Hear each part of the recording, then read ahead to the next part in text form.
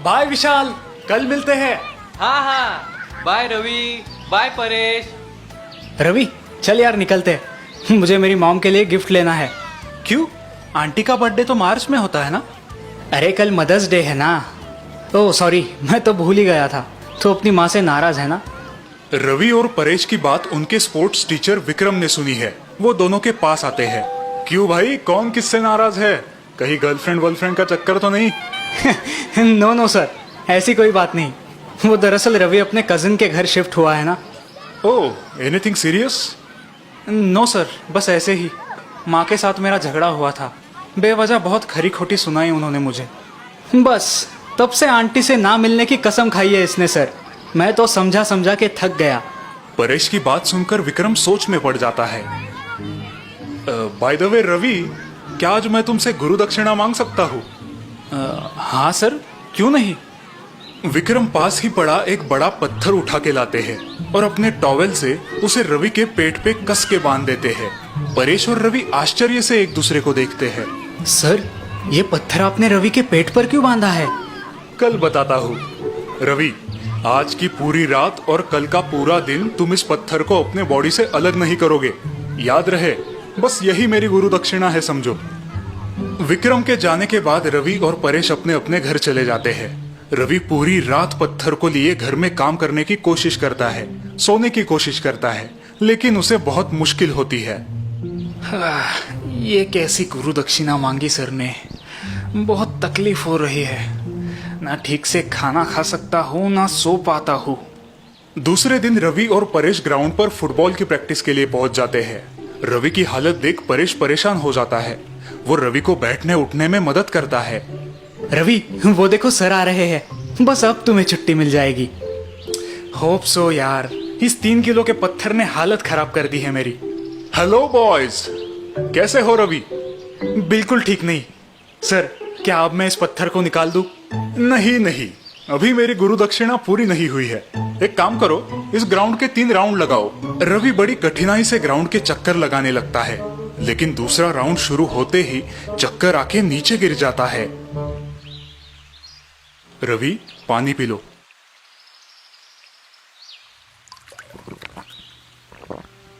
ठीक हो ना अब? Yes sir. सर, ये सब आपने किस लिए किया? क्या मुझसे कोई गलती हुई है? हाँ, अपनी माँ को समझने में तुमने गलती की है। आप कहना क्या चाहते हैं सर? रवि, तुम एक दिन के लिए ये 3 किलो पत्थर के साथ नहीं जी पाए, तो जरा सोचो, हमारी माएँ हमें 9 महीने तक अपने पेट में कैसे संभालती है, कितनी परेशानी से गुजरती है। I am sorry sir. आप सही कह रहे हैं सर। इसीलिए माँ को भगवान का रूप मानते हैं। बिल्कुल ठीक कहा तुमने परेश। और इस प्रकार अपनी गलती का एहसास होकर रवि अपनी माँ से मिलने घर लौट जाता है।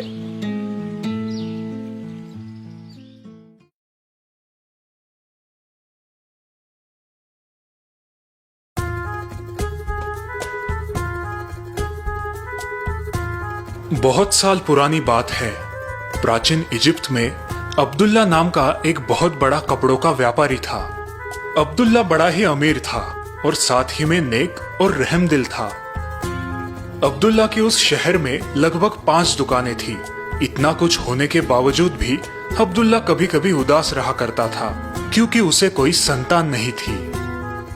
वो हमेशा साधु, मौलवी और महंतों की सेवा करता, गरीबों में कपड़े बांटता और दुआ करता कि उसे एक बेटा नसीब हो।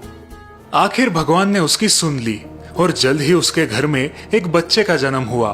अब्दुल्ला ने बड़े प्यार से उसका नाम सुल्तान रखा। एक दिन अब्दुल्ला ने एक ज्योतिष को घर बुलाया।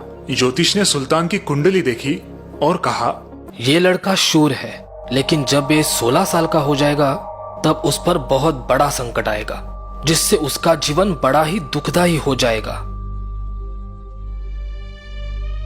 मेरा बेटा शूरवीर है ना, यही काफी है।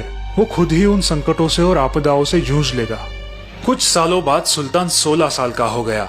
अब्दुल्ला के बहुत समझाने पर भी सुल्तान दुकान पर ध्यान न देता। उसका सारा ध्यान खेलकूद पर ही लगा रहता। अब्दुल्ला को अपने बेटे की बहुत चिंता होने लगी। उसी चिंता ने उसे घेर लिया। वो बीमार पड़ गया और इसी बीमारी में वो चल बसा। सुल्तान को व्यापार की कोई समझ न थी। इसी वजह से उनका जल्द ही दिवाला निकल पड़ा। जल्द ही उन्हें अपनी 5 दुकानें बंद करनी पड़ी। अब उनके पास सिर्फ उनका बड़ा सा मकान ही बचा था जिसमें सुल्तान और उसकी माँ रहते थे। एक दिन रात के समय जब सुल्तान सो रहा था, एक वृद्ध सन्यासी उसके सपनों में आया। सुल्तान बेटा, उठो। आप कौन हो? घबराओ मत, अब मेरी बात ध्यान से सुनो। तुम कल सुबह उठकर ईरान देश के लिए निकल पड़ना, वहां तुम्हारा नसीब जगमगा उठेगा। इतना कहते ही वो सन्यासी गायब हो गया। सुल्तान नींद से जागा और उसने ये बात अपनी माँ को बताई। बेटा, सपने कभी सच नहीं होते, उन पर विश्वास कैसे किया जाए? लेकिन माँ, मुझे ये सपना सच लग रहा है और जो सन्यासी मेरे सपनों में आया था वो भी बड़ा शक्तिशाली लग रहा था। मुझे लगता है कि मुझे ईरान देश जाना चाहिए। और इस तरह अपने माँ की बात ना सुनकर सुल्तान ईरान देश आ पहुंचा। बड़ी दूर की यात्रा होने के कारण वो बहुत थक गया था। उसे जल्द ही नींद आ गई। सपने में फिर से वही सन्यासी उसके सामने आया। सुल्तान बेटा, ये तुम्हारी परीक्षा थी। मैं देखना चाहता था कि क्या तुम में साहस है कि तुम ये इतनी मुश्किल यात्रा कर पाओ। अब वापस अपने घर चले जाओ, वहीं पे तुम्हें धन का लाभ होगा। जैसे ही सुल्तान की नींद खुली, वो अपने आप को कोसने लगा। मैं तो गधा ही हूँ। माँ की बात ना मानकर मैंने बड़ी गलती की है। मेरा नसीब है कि मैंने ये बात और किसी को नहीं बताई, वरना सभी मुझ पर हंस पड़ते कि मैंने एक सपने को ही सच मान लिया। सुल्तान अपने घर पहुंचा और उसने सारी बात अपने माँ को बताई। उसे दिलासा देते हुए माँ ने कहा, जो हुआ सो हुआ। अगर तुम्हारे नसीब में धन है तो वो तुम्हें यहीं पर मिलेगा। अब आगे सोचकर काम करना। सुल्तान ने अपने माँ की बात मान ली, लेकिन उसी रात फिर वही सन्यासी उसके सपनों में आया। सुल्तान, तुम्हारे नसीब खुलने का समय आ चुका है। कल सुबह उठकर अपने पिताजी के कमरे में जाके तुम उस कमरे की खुदाई करना, वहां तुम्हें अपार धन का लाभ होगा। नींद खुलते ही सुल्तान भागते हुए अपनी माँ के पास पहुंचा।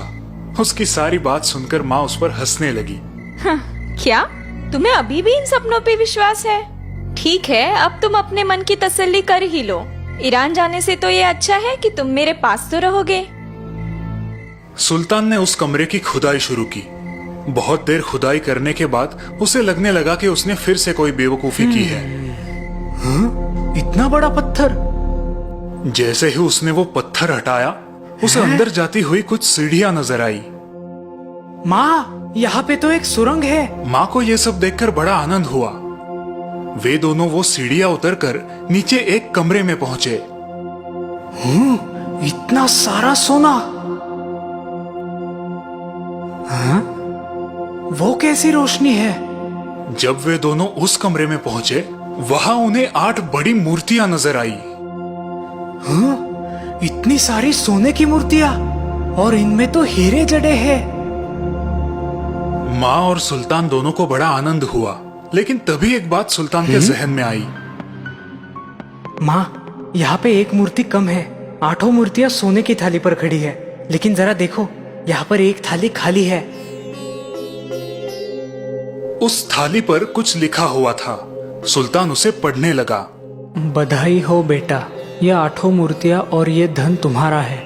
लेकिन इन 8 मूर्तियों से भी ज्यादा मूल्यवान और बेहद सुंदर मूर्ति अगर तुम्हें हासिल करनी है तो तुम्हें बगदाद जाना पड़ेगा, जहाँ पे मेरा एक पुराना दोस्त मुबारक तुम्हें वो मूर्ति खोज निकालने के लिए मदद करेगा। सिर्फ वही एक आदमी है जो तुम्हें मदद कर सकता है। माँ, मुझे वो 9वीं मूर्ति हासिल करनी है। आप मुझे बगदाद जाने की इजाजत दीजिए। मैं अब तुम्हें नहीं रोकूंगी सुल्तान। तुम पर अल्लाह की मर्जी है, वो तुम्हें कामयाबी दे। इस तरह जहाज से सफर कर सुल्तान अब बगदाद आ पहुंचा। मुबारक बगदाद का एक नामचीन व्यापारी था, जिसकी मसालों की दुकानें थी। सुल्तान ने मुबारक को सारी बात बताई। मुबारक ने उसे गले लगा लिया। मुझे यकीन था कि एक ना एक दिन तुम मेरे पास जरूर आओगे। तुम बड़े ही होनहार और काबिल बेटे हो। मैं तुम्हें वो 9वीं मूर्ति ढूंढने में जरूर मदद करूंगा। हम कल ही उस मूर्ति की खोज के लिए निकल पड़ेंगे। दूसरे दिन ऊंटों पे सामान लाद के वो दोनों निकल पड़े। शहर से थोड़े दूर जाते ही उन्हें एक जंगल लगा। अब यहां से हमें पैदल जाना पड़ेगा। ऊंटों को वही छोड़ वे दोनों जंगल के अंदर घुस गए। जंगल बड़ा ही डरावना था। कुछ दूर जाते ही उन्हें एक गुफा लगी। हमें इस गुफा में से अंदर जाना पड़ेगा। तुम्हारे पास जो मशाल है उसको जलाओ। दोनों ने अपनी पोतड़ी में से मशालें निकालकर उन्हें जलाया और उन्हीं की रोशनी में आगे बढ़ने लगे। उस गुफा के अंदर एक तालाब था। तालाब के किनारे एक छोटी सी नाव बंधी हुई थी। अपनी मशाल बुझाओ और जब तक इस नाव में से हम ये तालाब पार नहीं करते, अपने मुंह में से एक भी शब्द मत निकालना, क्योंकि इस तालाब में पिशाच रहते हैं। अगर तुमने आवाज की तो वो तुम्हें निगल लेंगे।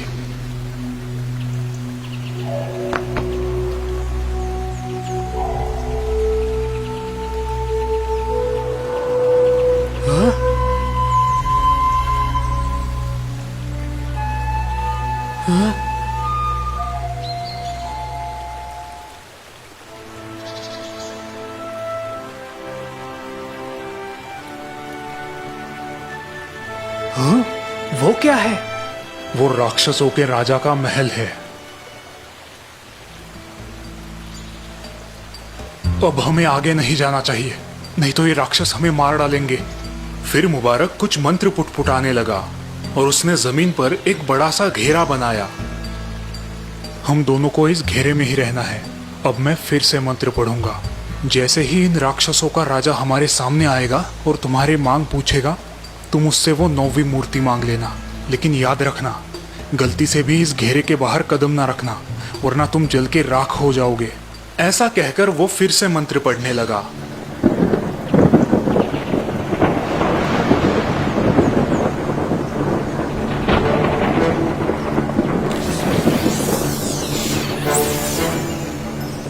सुल्तान, आखिर तुम यहाँ तक आ ही पहुंचे।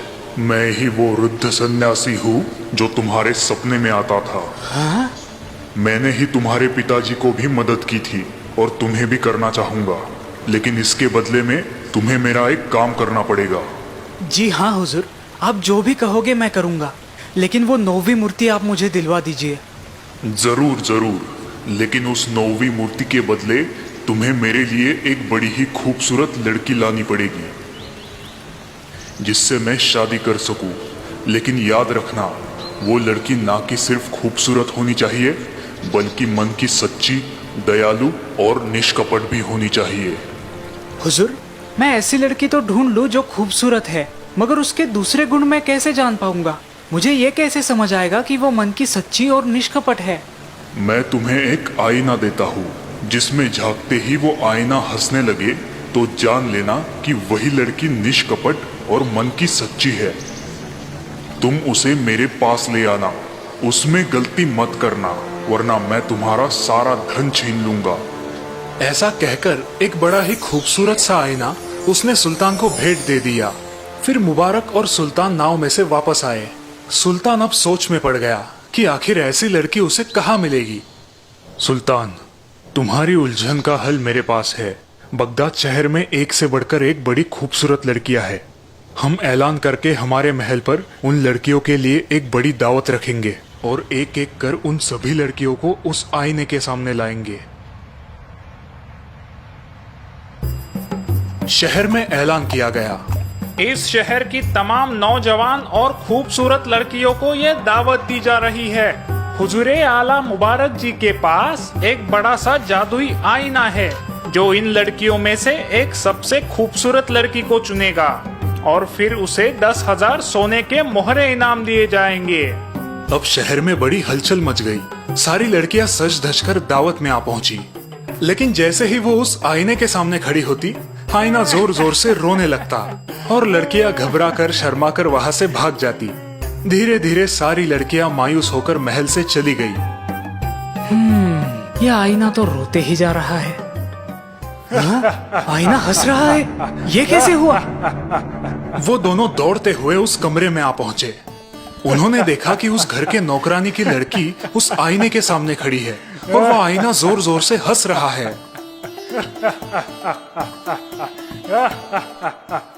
मुझे माफ कीजिए हुजूर, इस आईने के सामने आने का मेरा इरादा न था, लेकिन मैं इस कमरे को साफ कर रही थी। मुझे लगा कि इस आईने को भी साफ किया जाए, और जैसे ही मैं इस आईने के सामने आई, ये जोर जोर से हंसने लगा। इसमें मेरी कोई गलती नहीं है, मुझे माफ कीजिए। तुम्हारा नाम क्या है?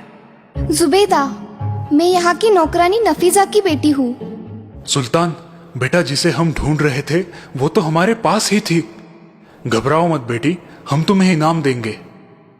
जुबैदा की माँ को बुलाकर उसे सारी बात समझाई गई। जुबैदा उनके साथ चलने के लिए तैयार हुई, लेकिन जुबैदा को इस बात का पता नहीं था कि वो उसे एक राक्षस को सौंपने वाले हैं। जुबैदा को साथ लेकर अब वो उस राक्षस की नगरी की तरफ जाने लगे, लेकिन सुल्तान को अभी ये बात बिल्कुल ही पसंद नहीं आ रही थी कि वे लोग अपने स्वार्थ के लिए एक लड़की को राक्षस को सौंप रहे हैं।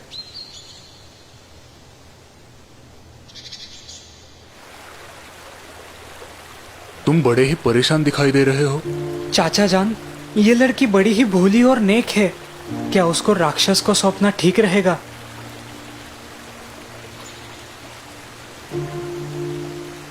वो हमारी गुलाम है, हम उसे जरूर बेच सकते हैं। लेकिन अपने स्वार्थ के लिए मैं इस लड़की की बलि क्यों दूं?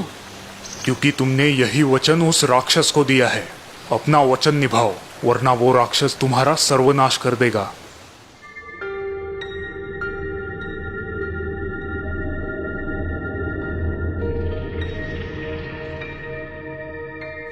सुल्तान को यह बात सहन ना हुई और वो रोने लगा। जुबैदा को जब इस बात का पता चला तो उसने सुल्तान को समझाया कि इसमें उनकी कोई गलती नहीं और वो खुद ही उस राक्षस से शादी करने के लिए तैयार है।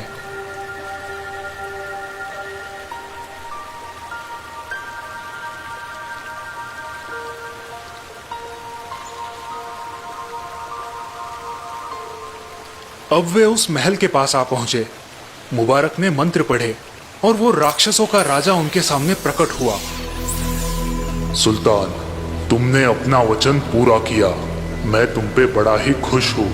अब घर वापस जाओ, तुम्हें वो 9वीं सबसे मूल्यवान मूर्ति मिल जाएगी। सुल्तान ने जुबैदा को उस राक्षस को सौंपा। सुल्तान बड़ा ही मायूस होकर घर लौट आया।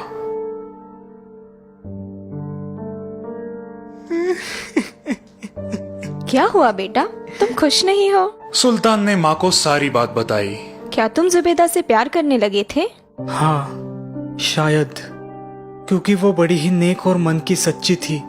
जो हुआ उसे बदला नहीं जा सकता, लेकिन एक बात हो सकती है। राक्षस ने कहा था कि वो 9वीं मूर्ति तुम्हें मिल जाएगी, तो अब हम नीचे जाके देखते हैं कि क्या उसने अपना वचन निभाया है, और अगर उसने अपना वचन निभाया होगा तो हम वो मूर्ति उसे वापस कर देंगे और उसके बदले में हम उस लड़की को उससे छुड़ा लेंगे। सुल्तान को ये बात पसंद आई। वे दोनों नीचे उस कमरे में पहुंचे।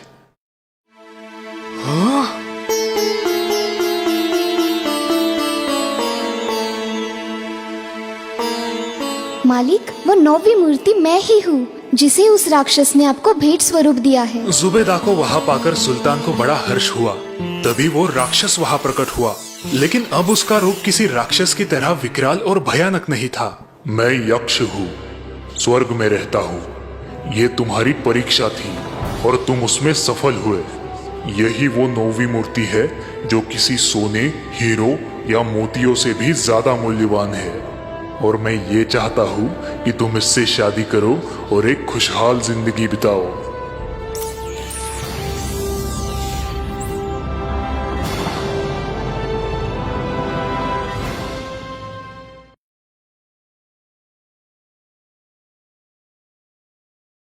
ये है पांडु हवालदार। पांडु बहुत ही लालची था।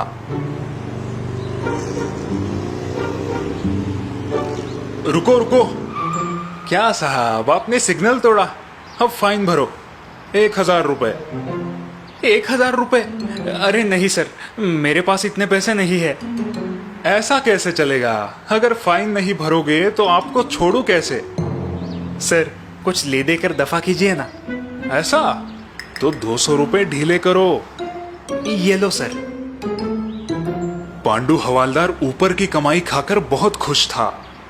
वो हमेशा ट्रैफिक रूल्स तोड़ने वालों को पकड़ता था, लेकिन फाइन लेने के लिए नहीं।